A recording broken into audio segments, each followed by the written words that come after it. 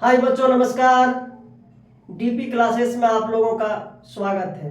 दोस्तों, वर्ष 2025 में जिन भाइयों को रिजल्ट नहीं हुआ है, चाहे रेलवे में हो या दूसरा कोई भी एग्जाम में बैठे आप लोगों का रिजल्ट नहीं हुआ हो, उन सब बच्चों के लिए मेरे तरफ से एक संदेश है। वो संदेश क्या है, सुनिए। जब पढ़ोगे तो आगे बढ़ोगे और न कोई तुम्हारा नहीं है। जब पढ़ोगे तो आगे बढ़ोगे और न कोई तुम्हारा नहीं है। न पढ़ोगे न आगे बढ़ोगे, सबके पीछे ही रहना पड़ेगा। वक्त की ये जरूरत समझ लो, वक्त की ये जरूरत समझ लो। बिन पढ़े अब गुजारा नहीं है। वक्त की ये जरूरत समझ लो, बिन पढ़े अब गुजारा नहीं है। ना पढ़ोगे ना आगे बढ़ोगे, सबके पीछे ही चलना पड़ेगा। अब कलम और कागज से बढ़कर दूसरा कोई चारा नहीं है। अब कलम और कागज से बढ़कर दूसरा कोई चारा नहीं है। तो बच्चों, आज का क्लास कांग्रेस का विभाजन, सूरत अधिवेशन 1907। तो ये सूरत अधिवेशन जानने के लिए थोड़ा सा आपको पहले का इतिहास जानना जरूरी है, ताकि एग्जाम में कोई भी क्वेश्चन पूछे आपका क्लियर जवाब मिलना चाहिए। अब संक्षिप्त पढ़िएगा तो कुछ होने वाला नहीं है, पूरा डिटेल पढ़िए। और मेरा विश्वास है कि जो भी हम आपको पढ़ाएंगे, इससे बाहर क्वेश्चन जाने वाला नहीं है। ये अनुभव है, ये तजुर्बा है। चलिए मैं शुरू करता हूं। तो कांग्रेस का विभाजन आप नोट कीजिए, शुरू हो गया। ये कांग्रेस का विभाजन 1907 में हुआ था। ये कांग्रेस का पहला विभाजन है। कांग्रेस का पहला विभाजन है। पहला विभाजन है। कब हुआ था? 1907 में। दूसरा क्वेश्चन कंटेंट के साथ में एकदम लीजिए, कलम और कॉपी और मेरे साथ में लग जाइए। कांग्रेस का स्थापना किसने किया था? कांग्रेस का संस्थापक पकड़ लीजिए, संस्थापक कौन है? ये ओ हुम। अब ये क्वेश्चन बनता है, ये वो हुम का पूरा नाम क्या है? तो नोट कीजिएगा, एलन ऑक्टेवियन हुम।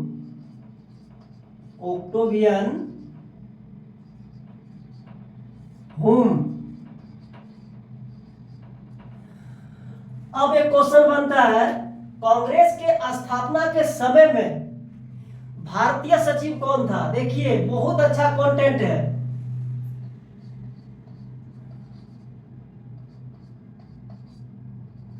कांग्रेस की स्थापना के समय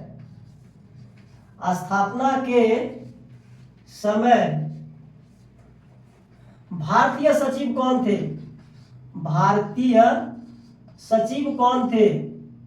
सचिव कौन थे? तो इसका आंसर हो जाएगा लॉर्ड क्रॉस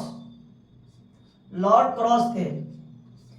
अब कांग्रेस की स्थापना के समय में भारत का वायसराय कौन था? कांग्रेस के स्थापना के समय कांग्रेस की स्थापना के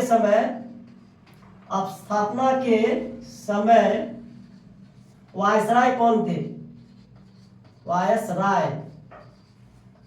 कौन थे? Lord Dufferin.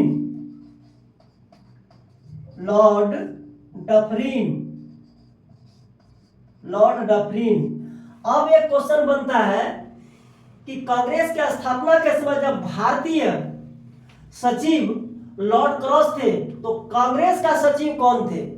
याद रखना है, कांग्रेस का प्रथम सचिव स्थापना जब किया, ये वो हुम ने कर दिया, तो प्रथम सचिव वही बने थे, ये वो हुम बने थे। लिखिए, कांग्रेस का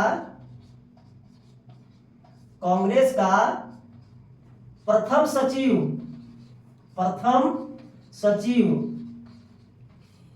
कौन थे? ये वो हुम साहब थे। ये हो गया।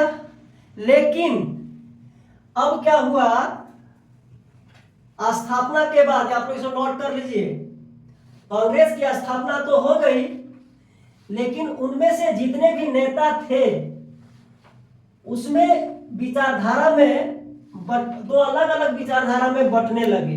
वो विचारधारा और वही आगे चल के कांग्रेस का विभाजन का आधार बन गया था।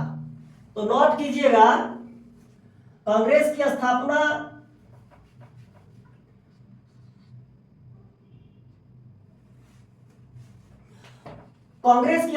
भी पकड़ लीजिए।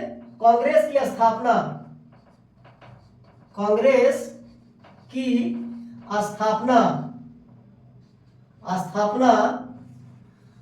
28 दिसंबर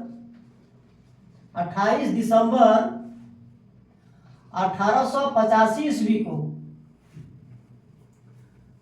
मुंबई में किया था। कहा किया था?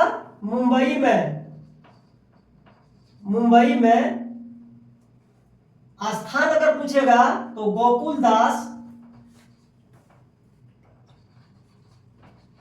गोकुलदास तेजपाल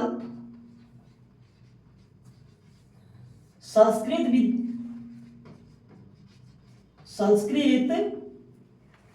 महाविद्यालय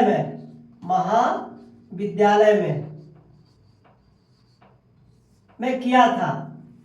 अब आता है कि 1885 से लेकर जो कांग्रेस के नेता थे, जो दो मतों में बंटने लगे, तो एक वेग आके 1907 तक नहीं, यानी 1905 तक आते आते कांग्रेस के नेता में विचारधारा अलग अलग हो गया।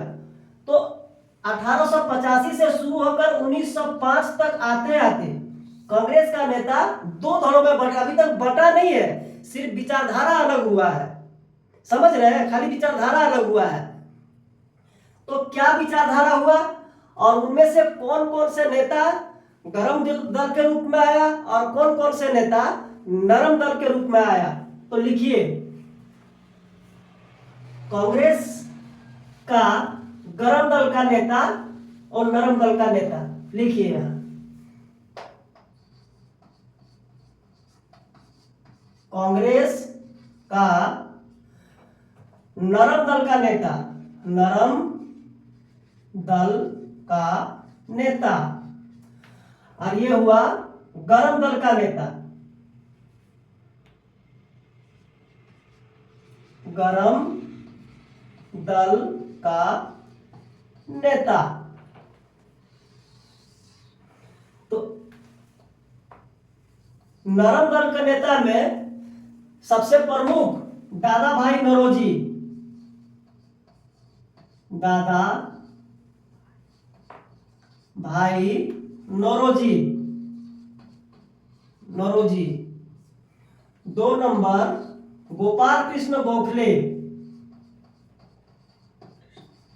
गोपाल कृष्ण गोखले। और 3 नंबर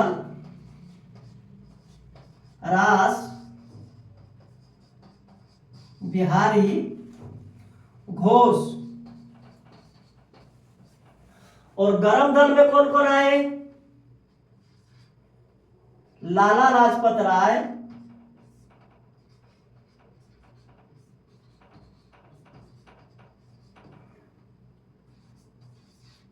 बाल गंगाधर तिलक,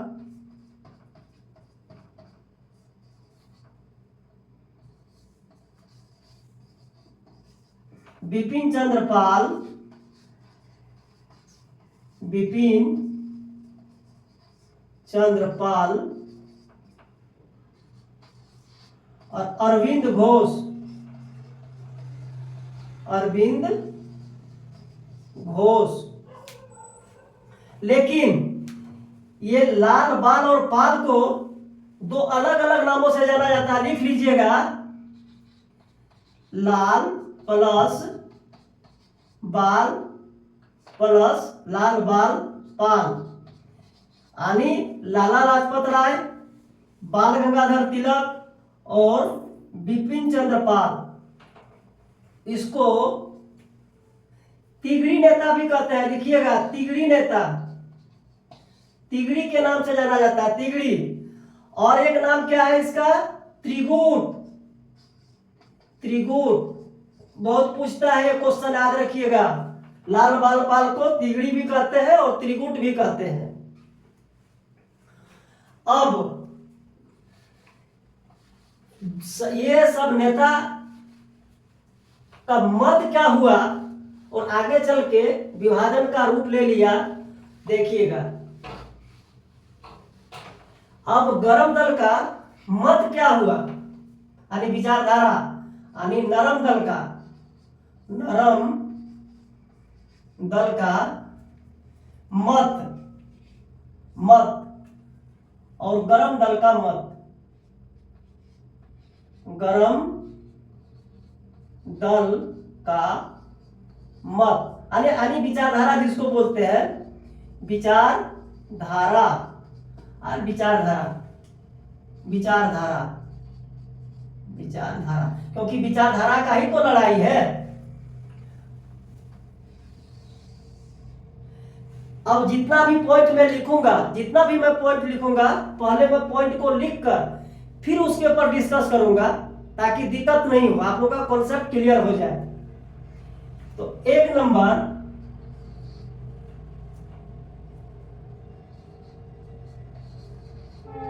ब्रिटिश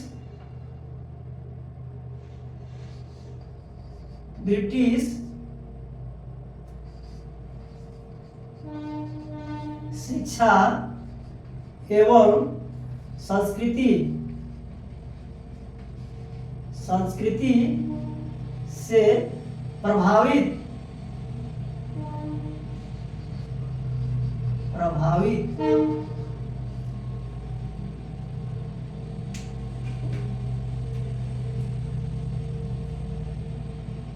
एक नंबर, भारतीय, ये गरम दल का मत है, हम डिस्कस बाद में कर लेते हैं। भारतीय शिक्षा एवं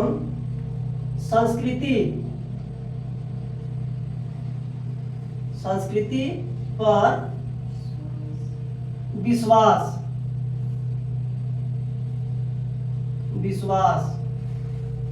दो नंबर,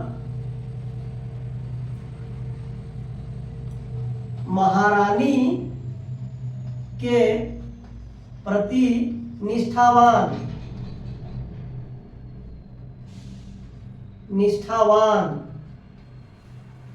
दो नंबर, गरम दल में महारानी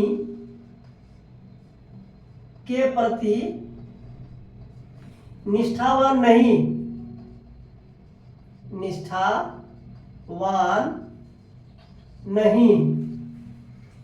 तीन नंबर, ब्रिटिश न्याय पर विश्वास, ब्रिटिश न्याय पर विश्वास। तीन नंबर, ब्रिटिश ब्रिटिश न्याय पर विश्वास नहीं, विश्वास नहीं।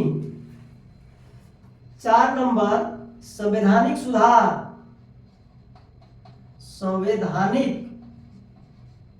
संवैधानिक सुधार। 4 नंबर स्वराज। 5 नंबर नौकरियों में भागीदारी,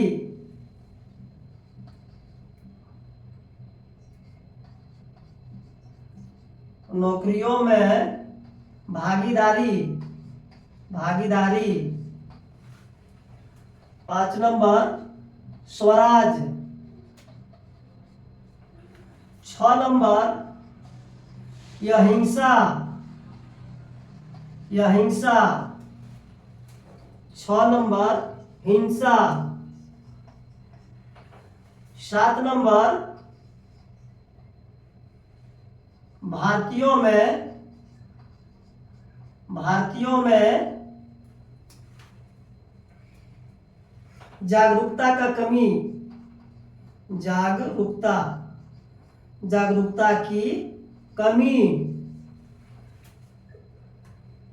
7 नंबर भारतीयों में त्याग, बलिदान।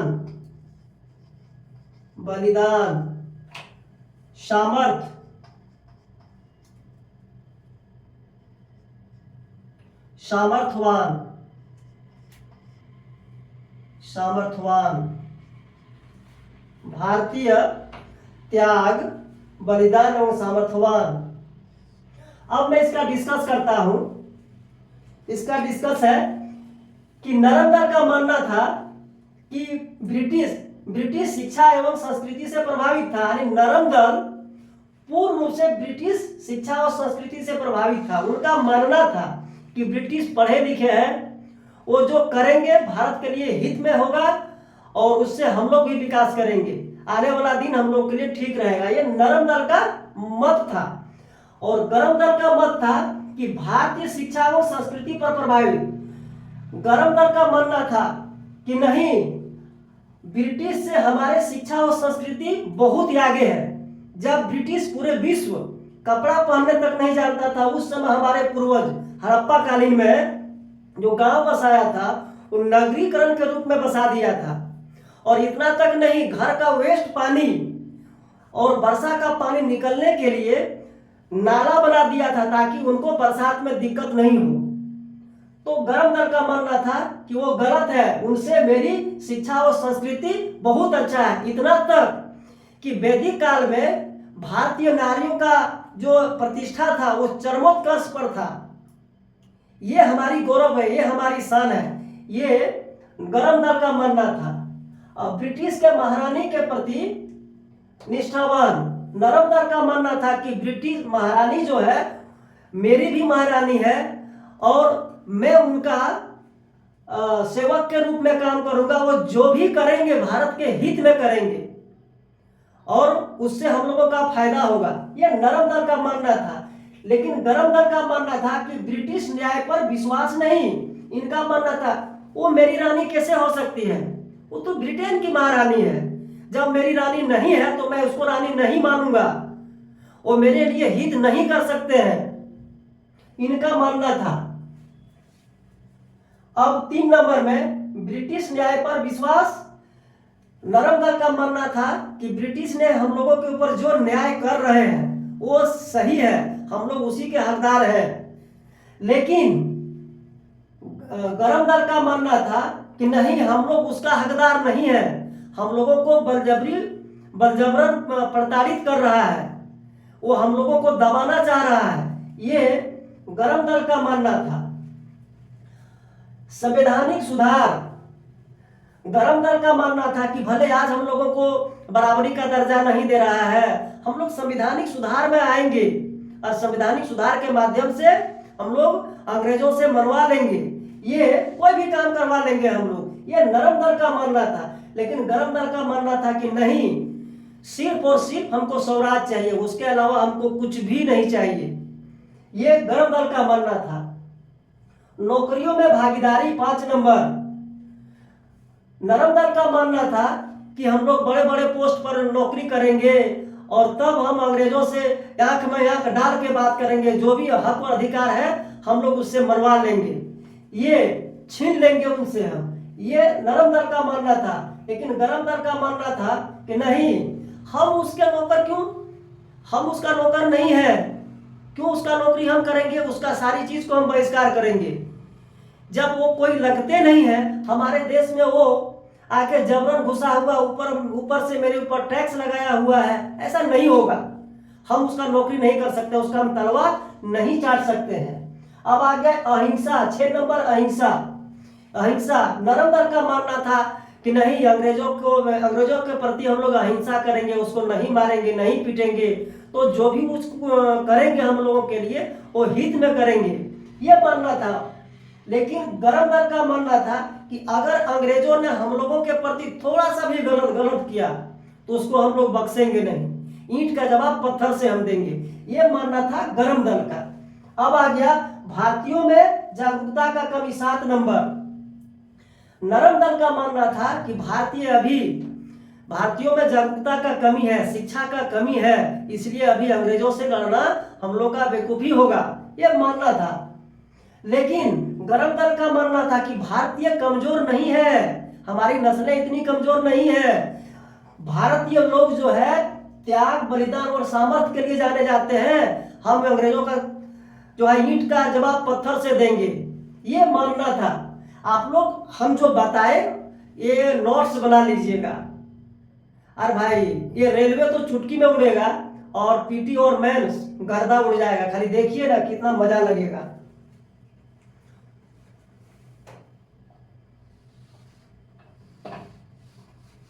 अब मत तो देख लिए, दोनों नरम दल और गरम दल का मत देख लिए, और यही मत आगे चल के विभाजन का रूप ले लिया।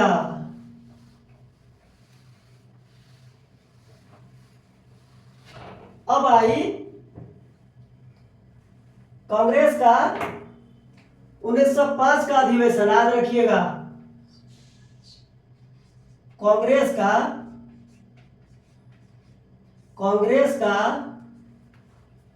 अधिवेशन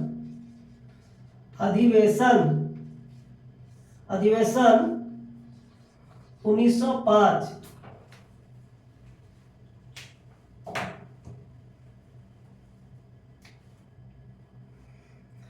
यह अधिवेशन कहां हुआ था तो याद रखिएगा, बनारस में हुआ था,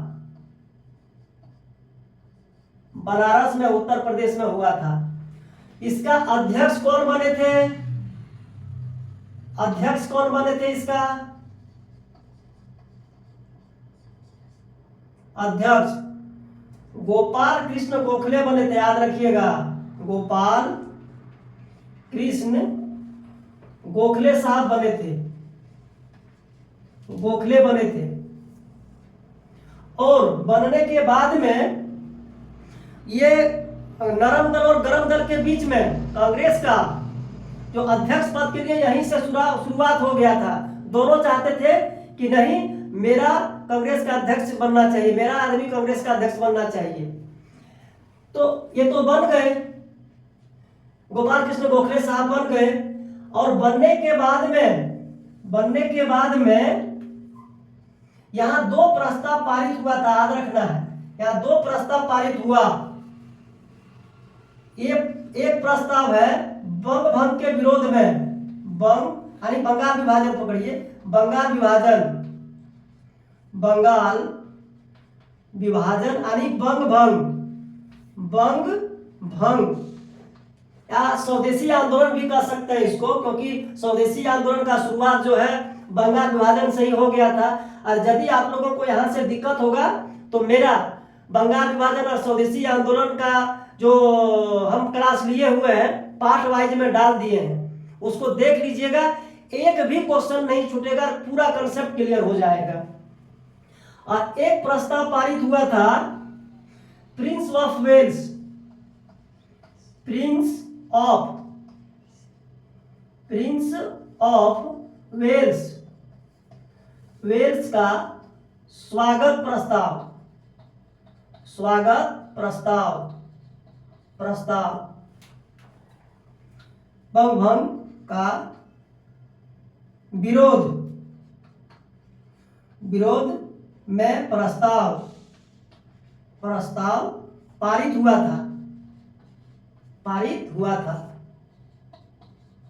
पारित हुआ। लेकिन इसमें गरम दल और नरम दल का मत एक नहीं था, यहां दो धड़ों में बंट गया, नरम दल और गरम दल दो धड़ों में बंट गया।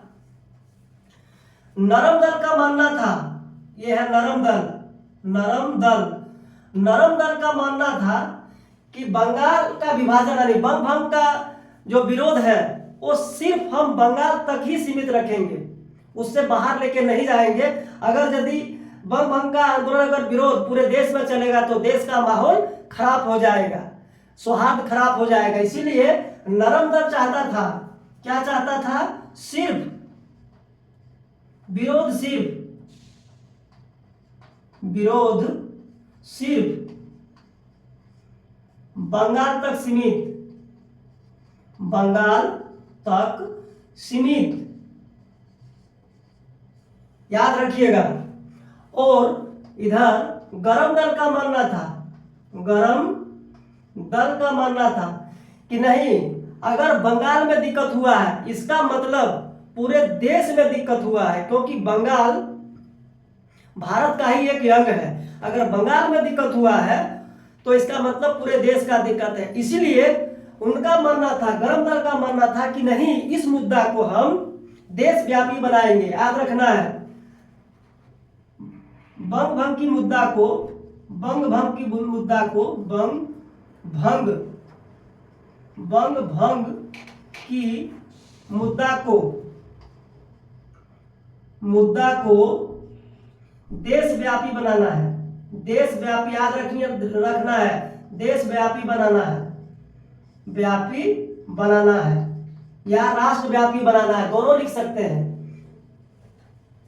और एक प्रस्ताव जो पारित हुआ था प्रिंस ऑफ वेल्स का स्वागत में, इसमें क्या हुआ,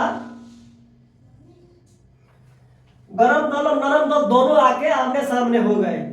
गरम दल का मानना था कि कोई भी अंग्रेज आएगा चाहे जाएगा, हम स्वागत नहीं करेंगे, पैसा खर्चा नहीं करेंगे। गरम दल का तर्क था कि यदि अगर हम स्वागत करेंगे तो बदले में कुछ हम लोगों को करने वाले नहीं हैं, वो कुछ भी नहीं करेंगे। इसके पहले हम लॉर्ड कर्जन जब भारत आए थे तो फूल माला के साथ हम लोग स्वागत किए थे, लेकिन बदले में क्या हुआ, जाति के नाम से बंगाल को बांट दिया, धर्म के नाम से बांट दिया और स्वदेशी आंदोलन का जन्म दे दिया। हम लोग की एकता में अखंडता हो गया, एकता चूर चूर हो गया। भारतीय का जो गरिमा है वो सिर्फ एकता है, लेकिन ऐसा नहीं हो पाया। इसीलिए हम किसी को स्वागत नहीं करेंगे, याद रखिएगा। अब आया कांग्रेस की स्थापना का जो उद्देश्य था, याद रखिएगा। कांग्रेस की जब स्थापना 1885 में किया गया था, वो सिर्फ और सिर्फ एक प्रस्ताव उसमें लाया था, याद रखिएगा। कांग्रेस की स्थापना का उद्देश्य, कांग्रेस की स्थापना का उद्देश्य, कांग्रेस की स्थापना का उद्देश्य क्या था, पूछता है क्वेश्चन बहुत। कांग्रेस की स्थापना का उद्देश्य राष्ट्रीय एकता को बनाए रखना है, लिख लीजिएगा आप लोग, राष्ट्रीय एकता को बनाए रखना है, राष्ट्रीय एकता को बनाए रखना है, बनाए रखना है। लेकिन हुआ क्या, बंगाल विभाजन के बाद में धीरे धीरे मुस्लिम लीग भी स्थापना होने को चला, मुस्लिम भी क्षुब्ध हो रहा था। अभी तो अलग नहीं हुआ है, लेकिन उसका असर दिख रहा था, भारतीयों में असर दिख रहा। मुस्लिम जो है वो क्षुब्ध हो गया था। जैसे आपका जाके स्वदेशी आंदोलन के पीरियड में गंगा में डुबकी लगाया था और माँ भवानी की प्रतिमा स्थापित किया था। इससे भी जो है मुस्लिम थोड़ा हिंदुओं से दूर हो गया था, यानी एकता नहीं रहा, एकता धीरे धीरे दूर चला गया। तो लेकिन उद्देश्य उसका क्या था? राष्ट्रीय एकता को बनाए रखना। इसका मतलब वो कांग्रेस संभाल कर नहीं रख पाया। अब आता है कांग्रेस का अधिवेशन। कांग्रेस का अधिवेशन कांग्रेस का अधिवेशन 1906। अब गरम और दल और नरम दल दोनों चाहता था कि अपना अध्यक्ष हम बनाएंगे। 1905 में नहीं बना पाया था। तो यहां क्या हुआ, शुरुआत में नरम दल ने रास बिहारी घोष का नाम दिया था अध्यक्ष पद के लिए। रास बिहारी घोष को अध्यक्ष बनाना चाहता था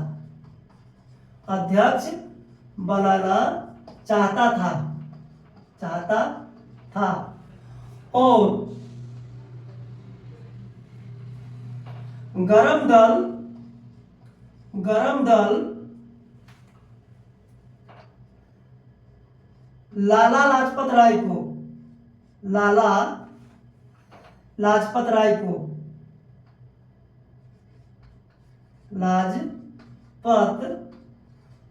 को अध्यक्ष बनाना चाहता था।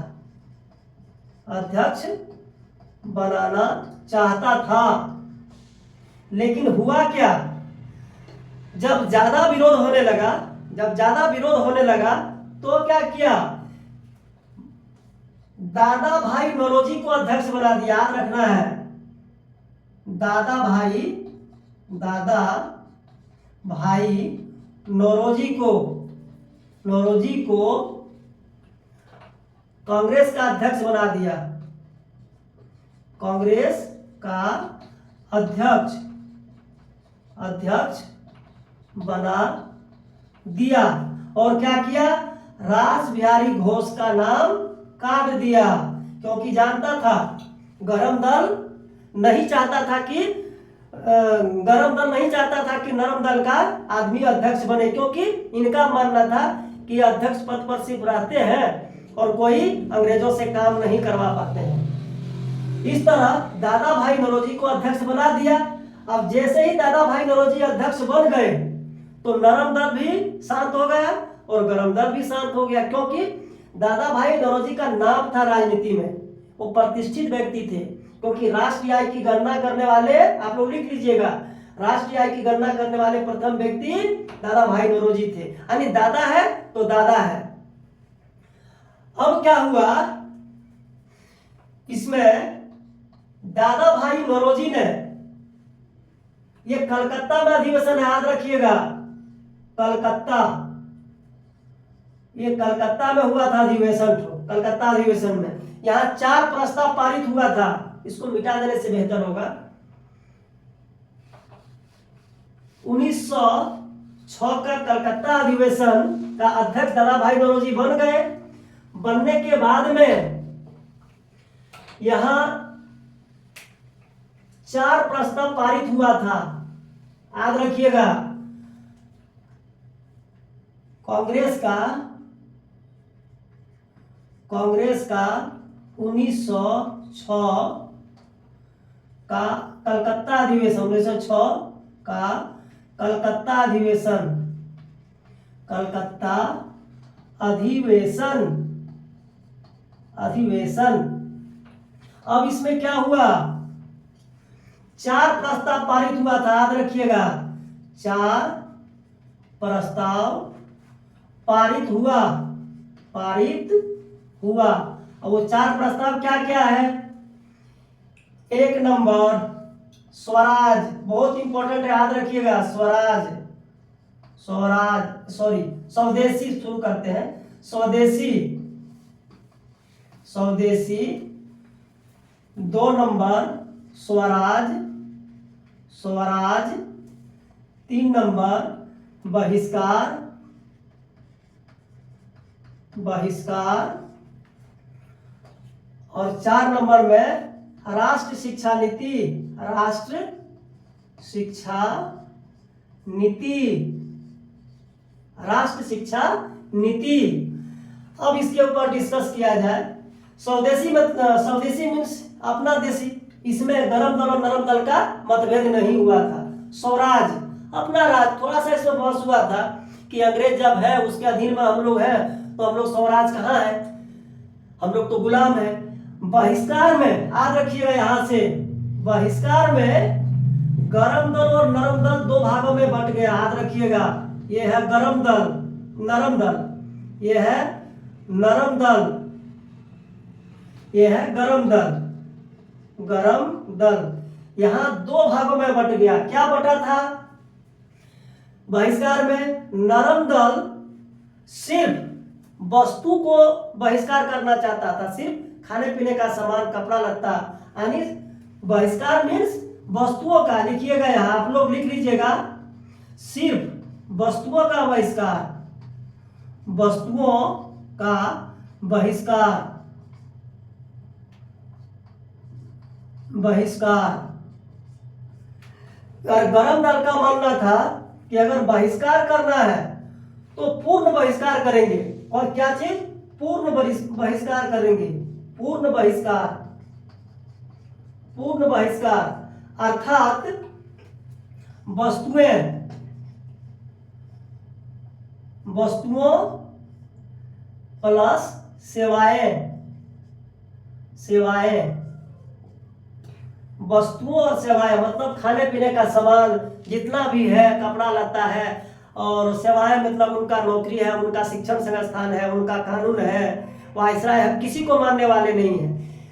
लेकिन जब ये पूर्ण बहिष्कार शिक्षा संबंधित आया था तो याद रखिएगा रविन्द्रनाथ टैगोर ने भी विरोध किया था कि नहीं, दिक्कत होगा आगे चल के हम लोग को शिक्षा के प्रति। उन खेद किया था लेकिन माना नहीं।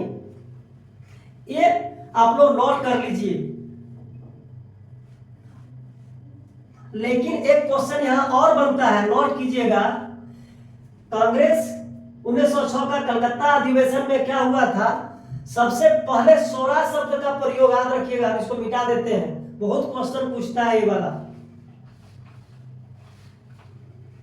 स्वराज शब्द का प्रयोग किसने किया था? हम लिखते हैं, कोई भी ऐसा एग्जाम नहीं होता है कि उस क्वेश्चन को नहीं रिपीट करता है, नहीं पूछता है।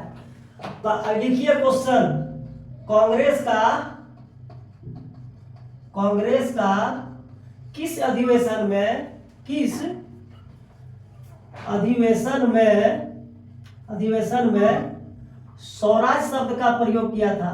स्वराज, स्वराज शब्द का प्रयोग किया था, प्रयोग किया था। और किसने किया था? और किसने किया था? किसने किया था? आंसर इसका लिख लीजिएगा, कलकत्ता अधिवेशन में किया था। कलकत्ता अधिवेशन 1906 को किसने किया था? किसने किया था? तो दादा भाई नौरोजी ने किया था।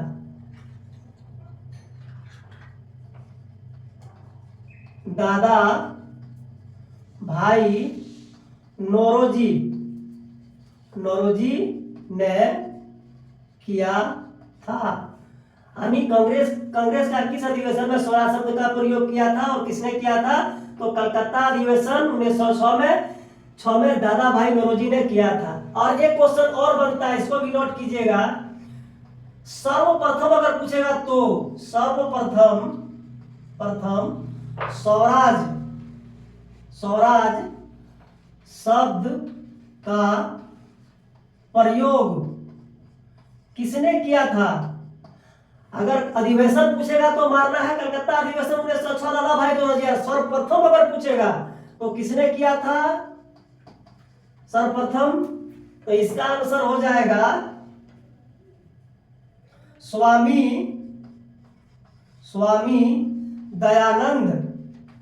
दयानंद सरस्वती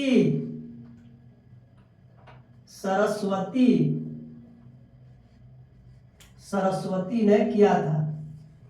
इसको नोट कर लीजिएगा, नोट करके। अब आ गया मत के आधार पर 1907 तक आते आते गरम और नरम दल में थोड़ा भी नहीं बनने लगा, एकदम चाहा कि नहीं इस बार का अध्यक्ष सिर्फ और सिर्फ गरम दल का ही बनना चाहिए, और नरम दल का नेता मान गया कि नहीं, किसी भी हाल पर हम गरम दल का नेता बाल गंगाधर तिलक, चाहे लाला लाजपत राय, विपिन चंद्र पाल को अध्यक्ष नहीं बनने देंगे। अब आ गया सूरत अधिवेशन। देखिएगा सूरत अधिवेशन। अच्छा एक क्वेश्चन और लिख लीजिएगा, ये क्वेश्चन भी पूछता है। 1906 का अधिवेशन जो हुआ था कलकत्ता में, तो वहां एक पारित एक नियम भी बनाया था कि अगला कांग्रेस का जो अधिवेशन होगा वो नागपुर में होगा। लिखिएगा 1906 के कलकत्ता अधिवेशन में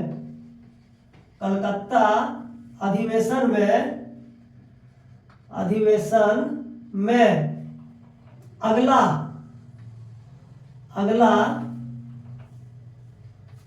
1907 का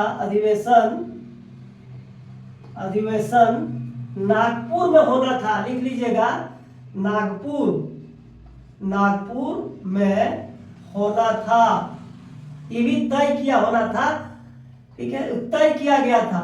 1906 का कलकत्ता अधिवेशन, 1906 के कलकत्ता अधिवेशन में अगला 1907 का अधिवेशन नागपुर में होना था। इतना सा अपना दिमाग में रख लीजिएगा। अब क्या हुआ,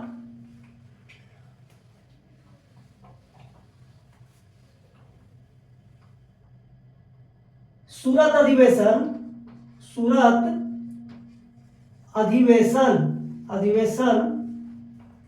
1907 ये कैसे हुआ?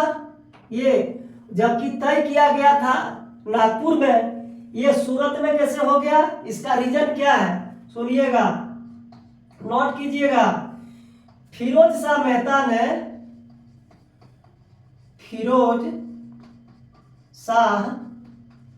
मेहता ने स्थान परिवर्तन कर दिया था, चुपके से स्थान परिवर्तन कर दिया था, परिवर्तन करके सूरत रख कर दिया, परिवर्तन करके सूरत कर दिया, सूरत कर दिया। फिरोज शाह मेहता ने स्थान परिवर्तन करके सूरत कर दिया। और एक क्या किया, गोपाल कृष्ण गोखले ने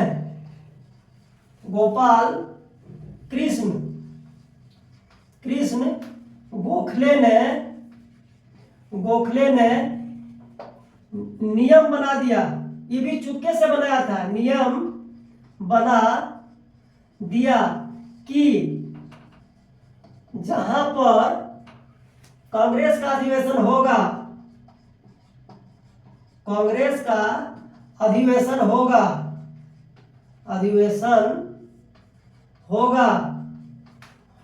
वहां का क्षेत्रीय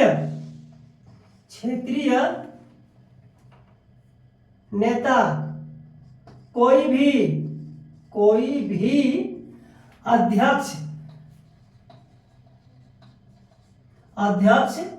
कांग्रेस का अध्यक्ष नहीं बनेगा, कांग्रेस का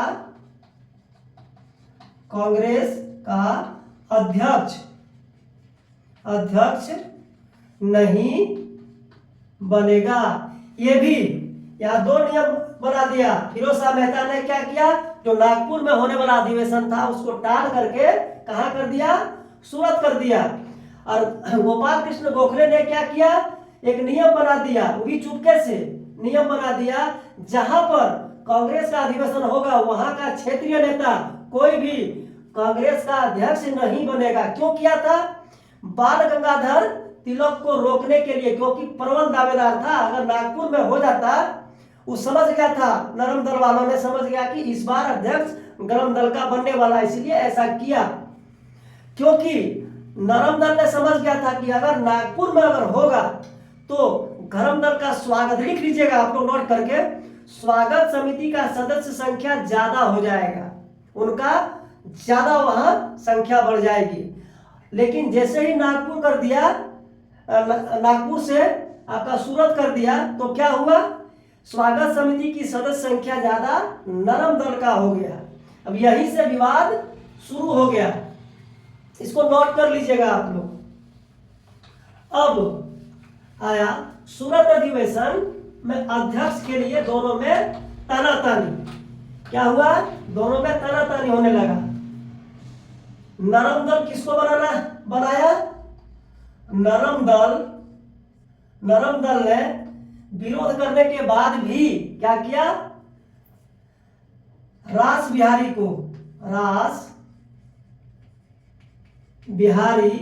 घोष को अध्यक्ष बना दिया।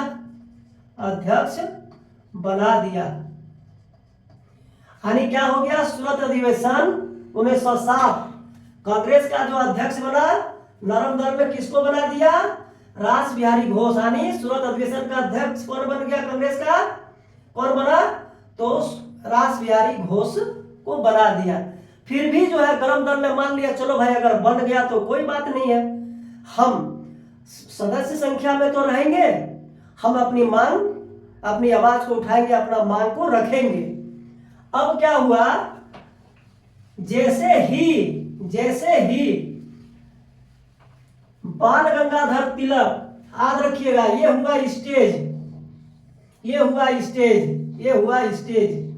जैसे ही इधर से बाल गंगाधर तिलक जैसे ही स्टेज पर जाने लगा भाषण देने के लिए, अपना आवाज को उठाने के लिए, अधिकार को मांगने के लिए, उनको पता था, नरम दल वालों को पता था कि जैसे वो जाएंगे तो 1906 का अधिवेशन में जो स्वदेशी स्वराज बहिष्कार और राष्ट्र शिक्षा नीति का जो बात उठाया था वही मुद्दा उठाएगा। दोनों ने क्या किया? देखा बाल गंगाधर तिलक को और कुर्सी एक दूसरे के ऊपर पटकने लगा, फेंकने लगा, मार मुका मुकी होने लगा, फाइट होने लगा। अंततः में क्या हुआ? एक रिपोर्ट हुआ, इसको आप लोग लिख लीजिएगा। एक रिपोर्ट में H. वेनिसन ने रिपोर्ट किया था, उसके पीछे में नोट कीजिएगा, H. वेनिसन ने एक रिपोर्ट में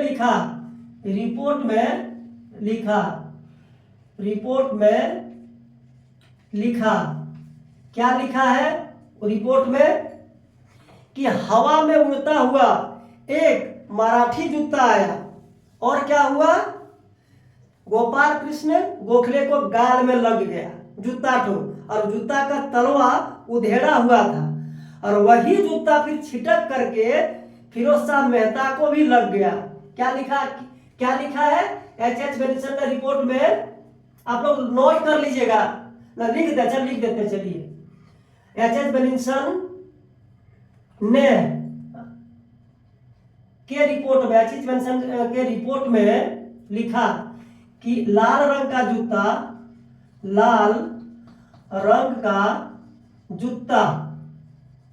जूता हवा में उड़ते हुए आया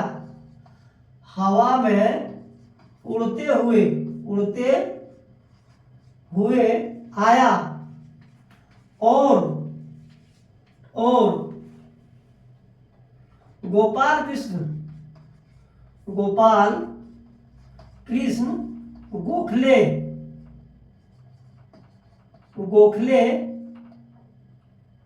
के गाल में लगा और फिर छिटक कर फिरोज फिरोज शाह मेहता को लग गया। कौन सा जूता था? जूता मराठी था।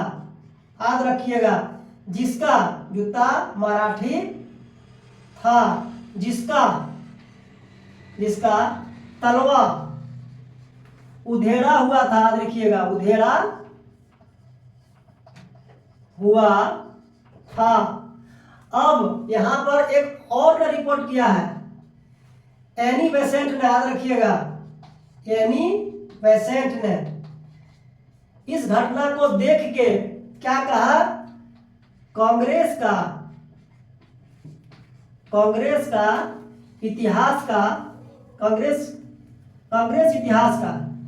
के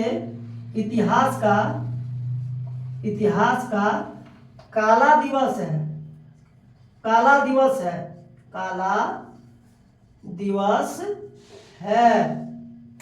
अंततः में क्या हुआ? जब झगड़ा हो गया तो नरम दल और गरम दल जान गया कि अब हम साथ नहीं चल सकते हैं, किसी हाल पर नहीं रहेंगे, और दोनों अलग हो गया। और वही कांग्रेस का प्रथम विभाजन है, सूरत अधिवेशन 1907 में। अगर यहां से बाहर क्वेश्चन तो पूछता नहीं है किसी भी हाल पर, यह अनुभव है इतना दिन का। और अगर आप लोगों को लगता है कि इससे और डीप चाहिए तो कमेंट कीजिएगा, और लाइक और शेयर और सब्सक्राइब तो वो मेरा कंटेंट पर डिपेंड करता है। अगर मेरा वीडियो अच्छा लगा, मेरा अगर क्लास अच्छा लगा है तो सब्सक्राइब कीजिए। और भाई, कोई भी गरीब आदमी के पास अगर पहुंच जाएगा, बच्चा के पास पहुंच जाएगा, पढ़ के नौकरी कर लेगा, तो यही मेरा उद्देश्य है, और दूसरा कोई उद्देश्य नहीं है। इसी के साथ मैं अपनी वाणी को विराम देता हूं। जय हिंद, जय भारत।